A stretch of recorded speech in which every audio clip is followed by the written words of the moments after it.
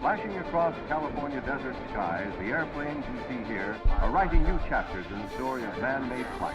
There she goes. This is my first opportunity to greet you as Deputy Administrator of the National Aeronautics and Space Administration. Together, you and I must make our new agency the most unusual place. An organization that can challenge conventional wisdom. We can engineer anything we can write the requirements for. We're going to make your idea work. This particular idea is quite disruptive.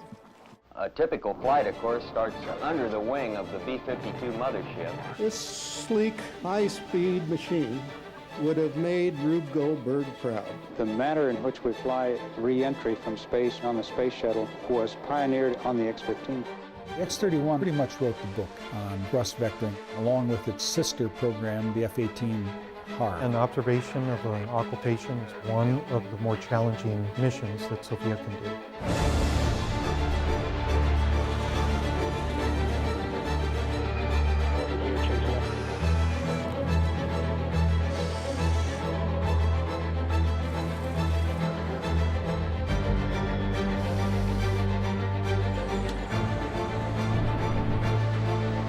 Right now, we are looking at the dawn of a new era of aviation.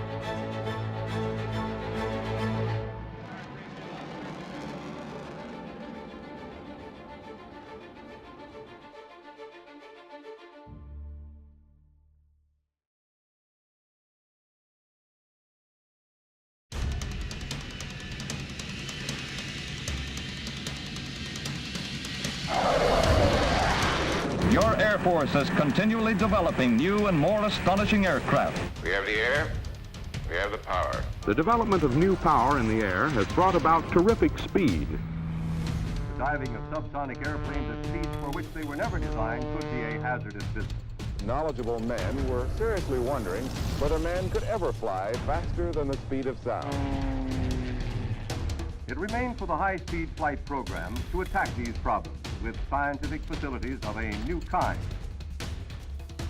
Rifle and artillery shells had been traveling supersonically for many years. The XS-1 was indeed shaped like a 50 caliber bullet. Through the sound barrier, the first time ever in level flight.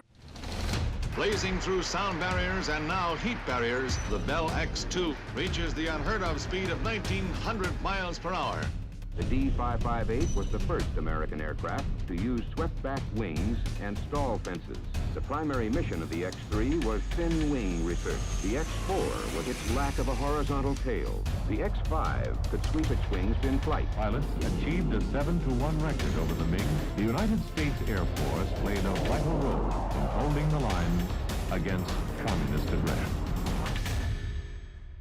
Step by step, these different aircraft helped nibble away at the unknown until the frontiers of manned flight had been advanced from speeds of 500 miles an hour to Mach 3. It was long before Sputnik that we decided to build the X-15. This was a logical step in the research aircraft program, the first hypersonic aircraft. What is to be man's role in space travel?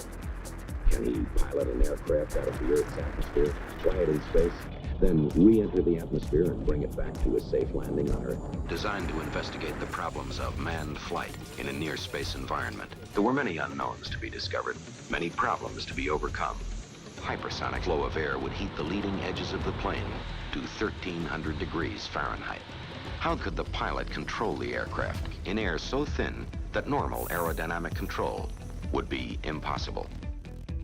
No engine like this had ever existed before. The 50,000 pounds of thrust in its single chamber had to be controllable at the pilot's discretion. The X-15 pilots flew to study the physiological aspects of high-speed and high-altitude flight. The data gathered proved to be invaluable to follow-on missions beyond the Earth's atmosphere. They have dramatized the potential of piloted high-performance aircraft in a space environment at a time when much of the world's gaze was turned toward orbital flight. The aeroplane has become an important means of commercial transportation and a decisive weapon of war. Air transportation helps our economy. The United States is only about 5 hours wide. Research programs investigate flight at ever greater speed as time and distance shrink. A supersonic transport must be durable, and it cannot itself cost too much. The controversial XB-70 gathers invaluable data on stability and control characteristics. We were flying two YF-12s with a whole lot of supersonic, high-temperature types of research, and the F-111 TAC airplane, which contributed greatly to the knowledge of the transonic regime. A cross-country flight that would take you minutes instead of hours. The X-43 is a revolutionary new kind of airplane. What we want to do with this is prove that hypersonic flight with an air-breathing engine is possible. Through Mach 3. Though the technology exists for aircraft to fly at speeds faster than the speed of sound, today's aircraft don't. If an aircraft is flying from New York to Los Angeles, the sonic boom will be heard consistently across the country. We're talking about commercial operations. You're having, 40 in a day. Would be breaking windows or at least annoying a lot of people. We can in fact shape the airplane in such a way that we can shape the sonic boom and it sound different. This project is looking to put instrumentation for the air crew to see where the airplane is booming the ground at.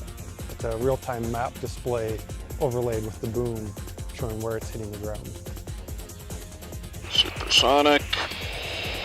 It's that pullout that puts the quiet boom out on the area of interest. Foxtrot, bird thump thump. Spike 3, thump thump. The end goal is to create a quiet supersonic aircraft. With the X-59 program, we're going to be gathering a series of data from communities around the U.S. relating people's response to the noise to the sonic thumps. We're hoping that the data that we gather with X-59 will convince the regulatory agencies to change the no supersonic overland flight rule.